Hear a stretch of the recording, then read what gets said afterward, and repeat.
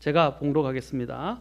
오 내 혼아 어찌하여 내가 낙심하느냐, 어찌하여 너가 내 속에서 불안해하느냐. 너는 하나님께 소망을 두라. 그분의 얼굴의 도우심으로 인하여 내가 여전히 그분을 찬양하리로다. 11절 오 내 혼아 어찌하여 너가 낙심하느냐, 어찌하여 너가 내 속에서 불안해하느냐. 너는 하나님께 소망을 두라. 내 얼굴의 건강이시요 내 하나님이신 그분을 내가 여전히 찬양하리로다. 기도하겠습니다. 하나님, 오늘도 귀한 말씀 가운데 함께 하시고 이 말씀을 통해서 우리에게 필요한 대로 말씀하시고 또 주님이 필요한 대로 주님의 뜻대로 우리를 이끌어 주옵소서. 성령께서 처음부터 끝까지 이 시간 주장하시며 주님이 원하시는 것을 제가 대변할 수 있도록 역사하시고 인도해 주옵소서. 모든 것을 주님께 의탁하며 예수님의 존귀하신 존함을 받들어 기도합나이다. 아멘. 앉으시겠습니다.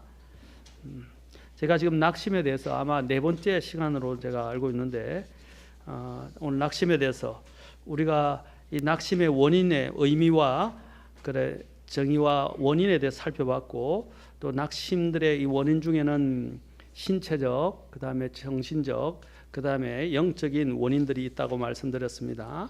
낙심이 올 때 이제 우리가 어떻게 해야 하는가에 대해서 여러 가지 사실을 통해서 지난 시간에 이제 낙심하지 말아야 할 때가 무엇인지에 대해서 말씀을 드렸습니다. 첫 번째, 주 안에서 잘 행하다가 결과가 쉬이 나타나지 않을 때 지쳐 기진하지 말아야 한다라고 말씀드렸습니다. 잘 행하다가 낙심하지 말라.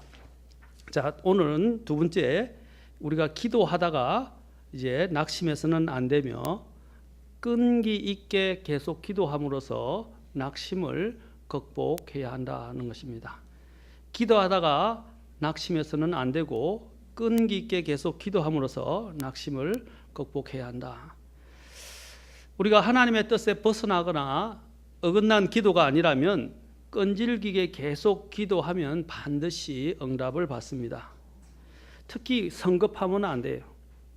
기도한 즉시 응답이 되지 않는다고 낙심하는 사람들이 많이 있습니다. 이런 부분과 관련해서 우리는 누가복음 18장을 살펴볼 필요가 있습니다. 누가복음 18장 1절부터 14절은 낙심하지 않고 기도해야 하는 것에 대해서 가르쳐주는 주님의 비유의 말씀이 있습니다. 기도를 해본 사람은 응답이 속히 오지 않아서 낙심한 경험이 많이 있을 것입니다. 이런 문제를 극복하기 위해서 예수님께서는 누가복음 18장 1절부터 14절을 통해서 기도하다가 한동안 응답되지 않는다고 해서 낙심하지 말고 응답이 될 때까지 기도할 것을 가르쳐 주셨습니다. 잠깐 보지만 18장 1절부터 8절까지만 잠깐 보겠습니다. 누가복음 18장 1절부터 8절까지. 사람들이 항상 기도하고 낙심하지 말아야 할 것을 보여주시려고, 항상 기도하고 낙심하지 말아야 할 것을 보여주시려고 그분께서 그들에게 비유를 말씀하여 이르시되, 어떤 도시에 하나님을 두려워하지 아니하고 사람도 존중하지 아니하는 한 재판관이 있었고, 그 도시에 한 과부가 있었는데 그녀가 그에게 가서 이르기를 내 대적에게 내 원수를 갚아주소서 하되, 그가 한동안 들어주지 아니하였으나 나중에 속으로 이르되 내가 하나님을 두려워하지 아니하고 사람도 존중하지 아니하지만 이 과부가 나를 괴롭게 함으로 내가 그녀의 원수를 갚아주리라. 그렇지 않으면 그녀가 항상 와서 나를 지치게 하리라 하였느니라 하시니라. 주께서 또 이르시되 불의한 재판관이 말하는 것을 들으라. 비록 하나님께서 밤낮으로 자기에게 부르짖는 자들 곧 자기의 선택받은 자들을 향하여 오랫동안 참으실지라도 그들의 원수를 갚아주지 아니하시겠느냐. 내가 너에게 이르노니 그분께서 속히 그들의 원수를 갚아주리라. 그럼에도 불구하고 사람의 아들이 올 때에 땅에서 믿음을 보겠느냐 하시니라. 어떤 도시에 하나님도 두려워하지 않고 사람을 무시하는 불의한 재판관이 있었다고 말합니다. 그 동일한 도시에 억울한 사건으로 고통을 받는 한 가부가 있었습니다. 가부는 남편도 세상을 떠났고 돌봐줄 일가 친척도 없는 것처럼 보입니다. 게다가 억울한 일을 당했는데 아무도 도와줄 자가 없고 그 억울함을 풀 수가 없는 것 같습니다. 그래서 마음에 한이 맺혔습니다. 그 가부는 재판관에 가서 내 원수에 대한 나의 원한을 갚아달라고 매달렸습니다. 그러나 불의한 재판관은 그녀를 거들떠 보지도 않았습니다. 불의하다는 말에 여러분 주의하셔야 됩니다. 불의하다. 이 재판관들은 두려워하지 않고 또 사람들을 존중하지 않는, 그리고 불법을 행하고 악으로 가득 차 있는 사람이라고 분명히 성경은 말합니다.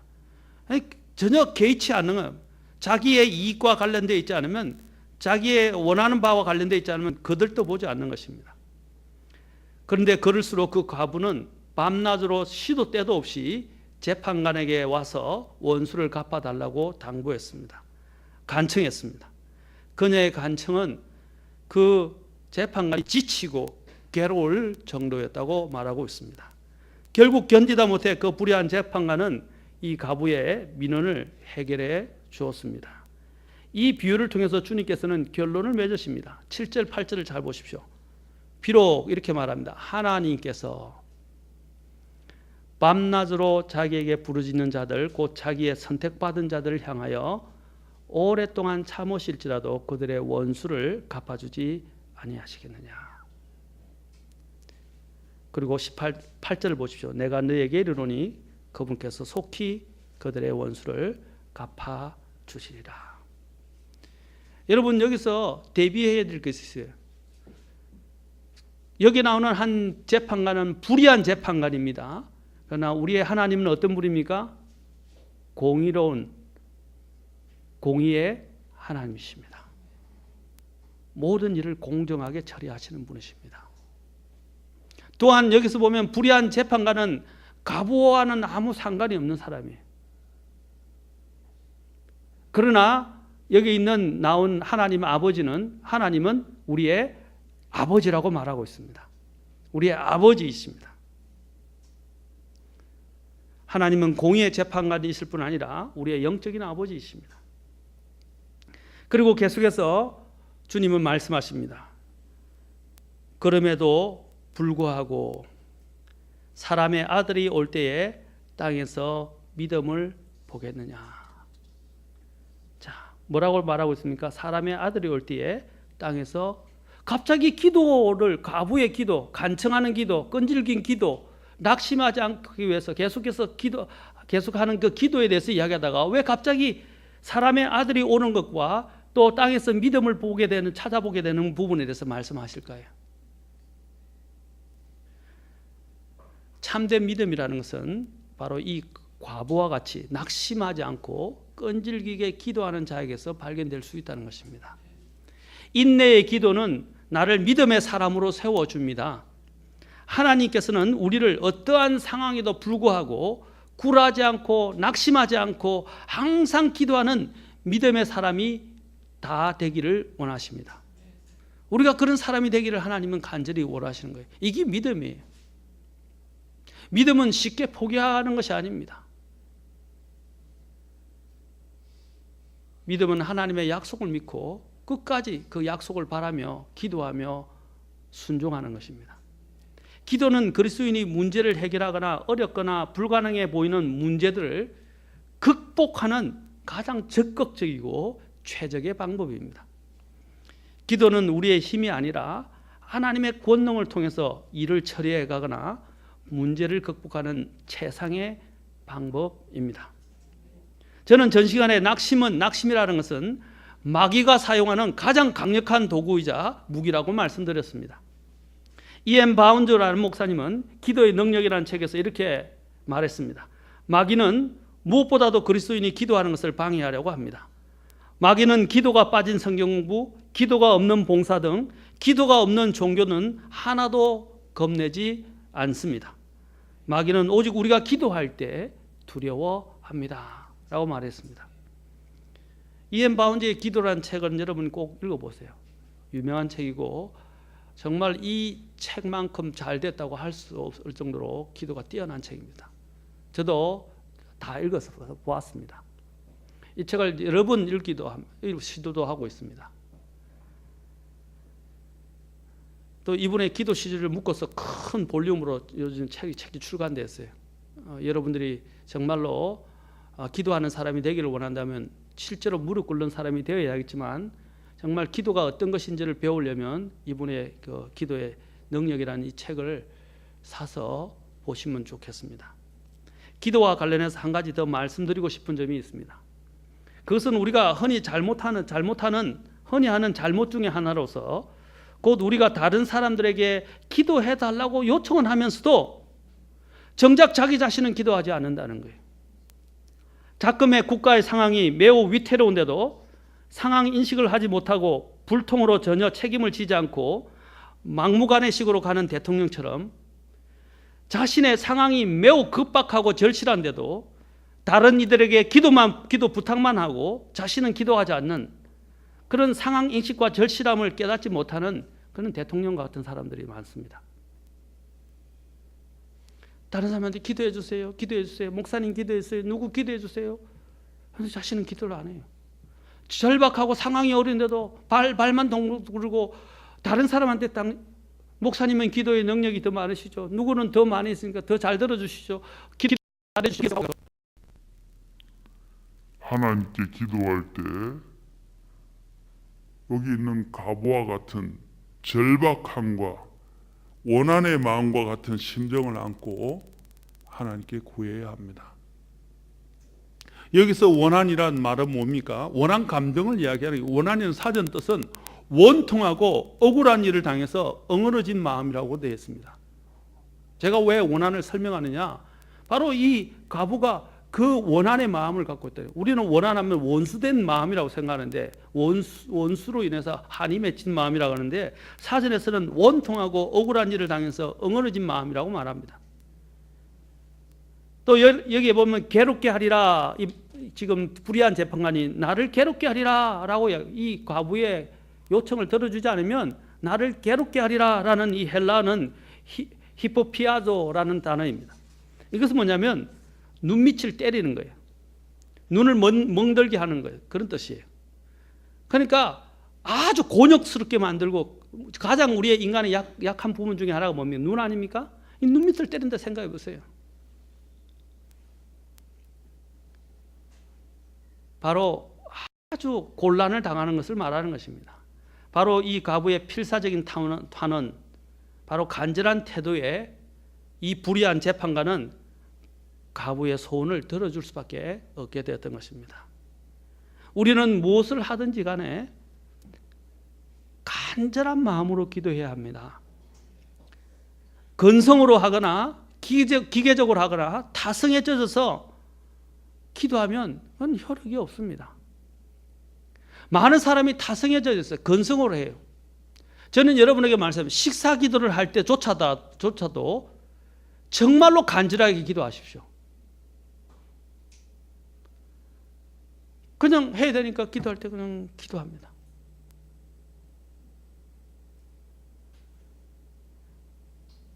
모든 부분에서 간절할 필요가 있어요. 우리는 우리의 모든 마음을 기도할 때 실어야 합니다. 그냥 지나쳐가는 생각으로 응답해 주셔도 좋고 응답 안 해주셔도 좋고 응답해 주면 감사하고 안 해주면 뭐 어쩔 수 없고 라는 식의 태도로 하나님께 요청한다면 하나님께서 참 기분이 좋겠습니다. 그렇죠? 좋으시겠습니다. 만약에 누군가 여러분 건성으로 여러분 앞에 해줘도 좋고 안 해줘도 이렇게 하면 기분 좋겠어요? 그럼 뭐하러 요청하느냐는 거죠. 제가 이제 목회하면서 제일 참 난감한 때가 언제냐면요. 이런 경우예요. 자신들의 하나님의 뜻을 묻기 위해서 이제 어떤 진로를 정하는데 이미 다 마음에 자신들이 원하는 대로 다 정해놔놓고 목사님한테 와서 상담받는다고 온 거예요. 그럼 저는 그렇게 말하고 싶어요. 뭐 하러 왔냐고. 뭐 하려고 왔냐고요. 이미 다 정해놨는데. 뭐 상담이 왜 필요하면 정해놓은 대로 가면 되지. 그렇지 않아요? 목사님한테 오는 이유가 뭐예요? 내가 정말 몰라서 어떻게 하는 것이 하나님의 뜻인가를 좀 한번 좋은 조언을 얻고 그 다음에 하나님의 뜻을 더 확실하게 구하기 위해서 오는 거 아닙니까? 그렇죠? 그러면 열린 마음으로 모든 걸 내려놓고 하나님이 무엇을 원하는지를 확실히 찾고자 하는 그런 간절한 마음으로 와야 됩니다. 아멘? 그게 바른 신앙생활이에요. 또 하나님 앞에 기도로 나아갈 때도 마찬가지예요. 하나님 앞에서 간절함이 없어요. 절박함이 없고 절실함이 없어요. 그런 식으로 태도로 하나님 앞에 나가면 기분 좋겠어요?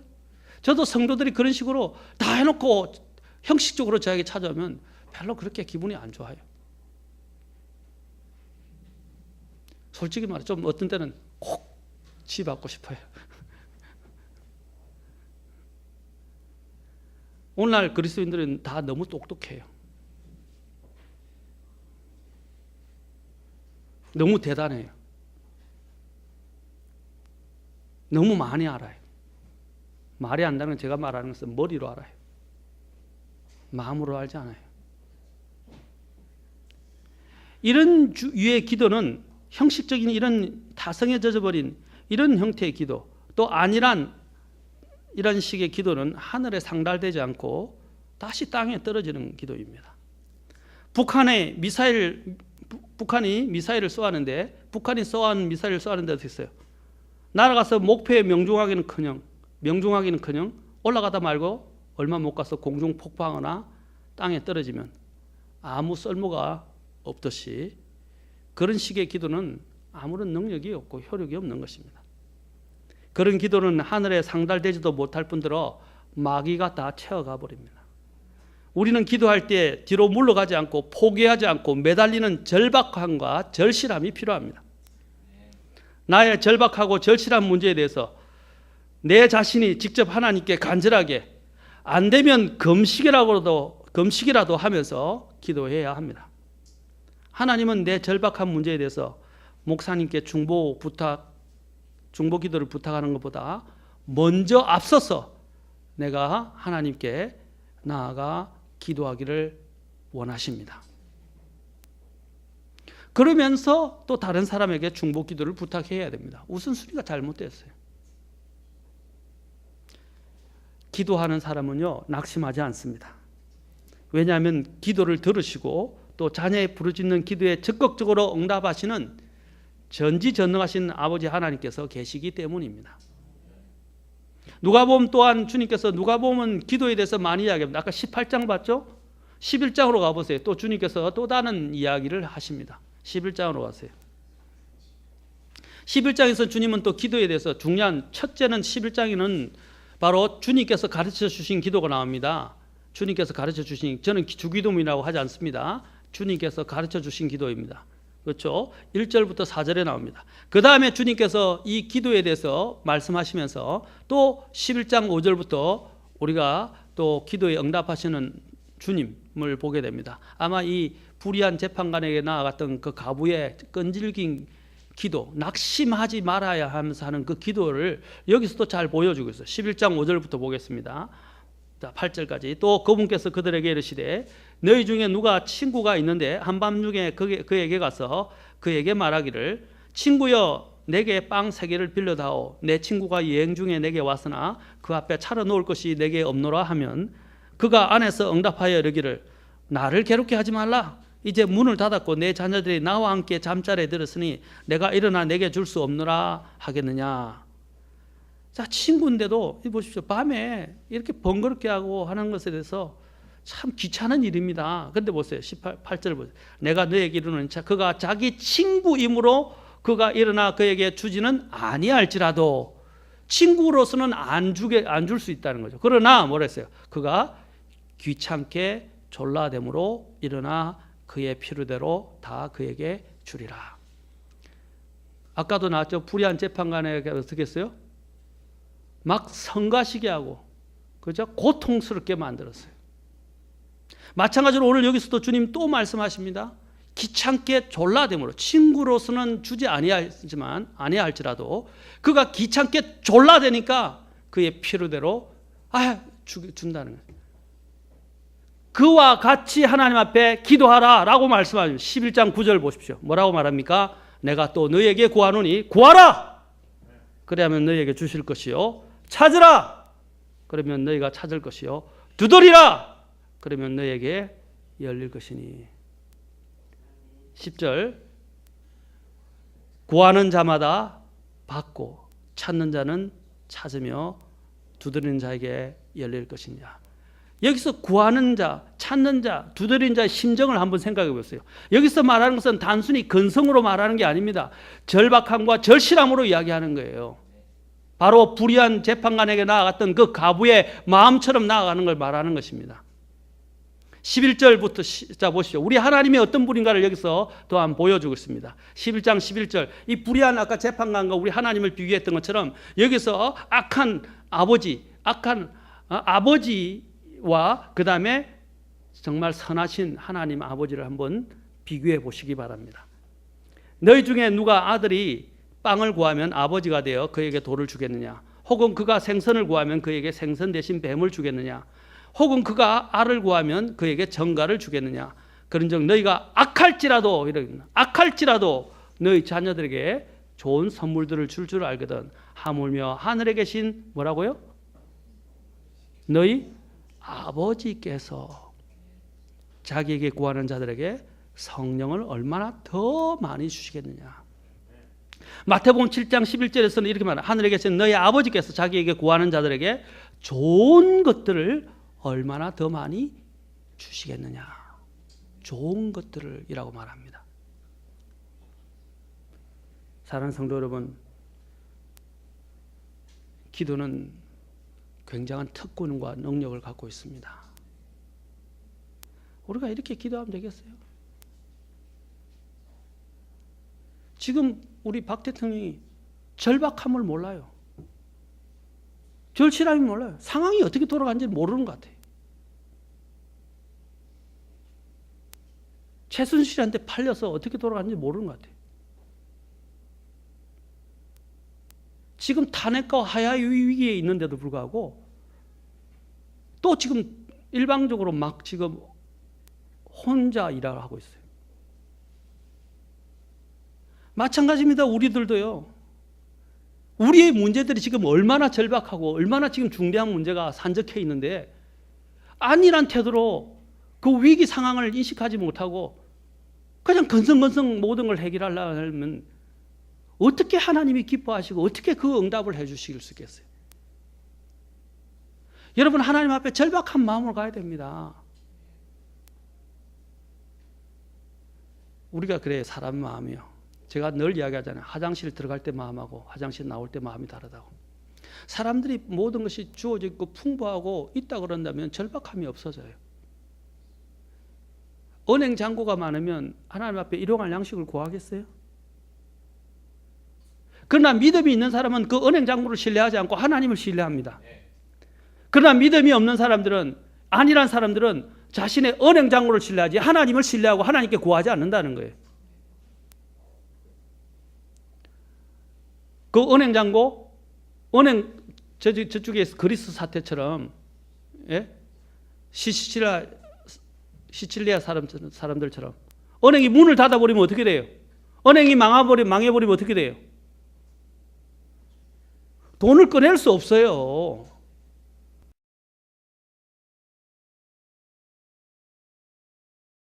또 나라에서 보조하는 보증조차도 받을 수가 없어서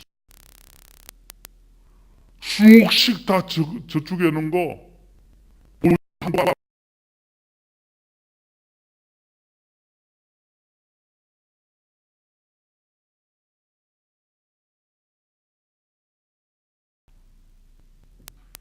그러나 어떻게 됐습니까? 은행이 파산을 하고 문을 닫자 다 날아갔어요.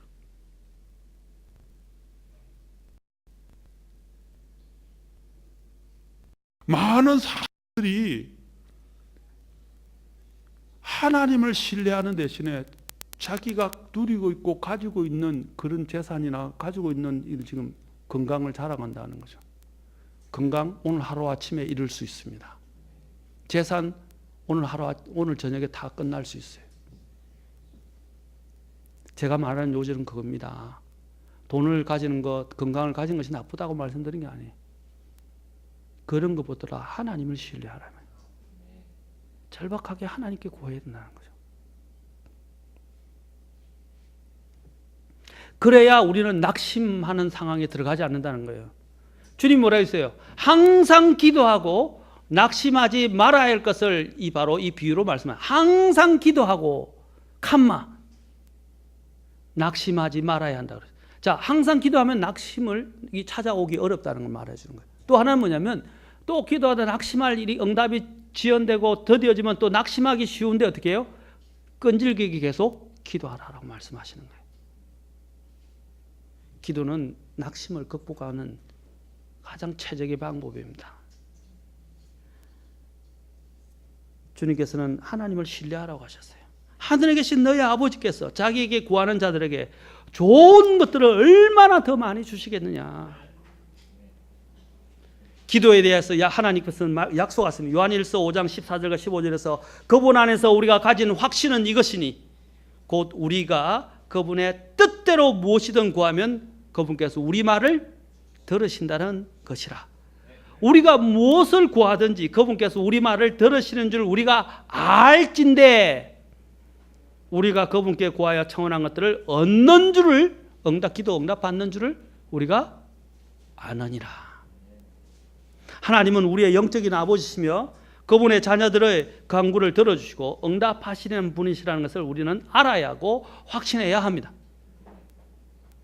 마태복음 21장 22절에서는 이렇게 말씀하십니다. 너희가 믿고 기도할 때에 어떻게 기도한다고요? 믿고 기도할 때에 무엇을 구하든지 모든 것을 받으리라.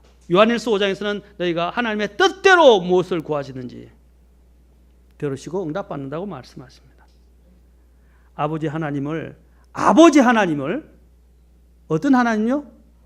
아버지 하나님을 신뢰하고 끈기 있게 항상 기도하는 자는 낙심을 극복할 수 있습니다. 사랑하는 성도 여러분, 기도로 낙심을 물리칠 수 있기를 바랍니다. 다음 시간에 제가 이 기도로 낙심을 이긴 사람들의 모습들을 하면서 시편 42편이 우리에게 가르쳐주는 해결책에 대해서 우리가 한번 다시 본문으로, 원래 본문이 시편 42편이니까 들어가서 해결책을 알아보도록 하겠습니다. 오늘 여러분들이 좀 많이 힘들어하는 것 같아서 제가 오늘 조금 더 시간을 줄여서 오늘 이 정도 하고 마치겠습니다. 다음 시간에 계속해서 이 성경의 많은 인물들의 예를 들어서 우리가 어떻게 기도로 이 낙심을 극복했는지를, 또 이 기도 가운데 이 낙심케 하기 위해서 마귀가 어떻게 역사하는지에 대해서 좀 더 살펴보도록 하겠습니다. 기도하겠습니다. 다 같이 일어서시겠습니다.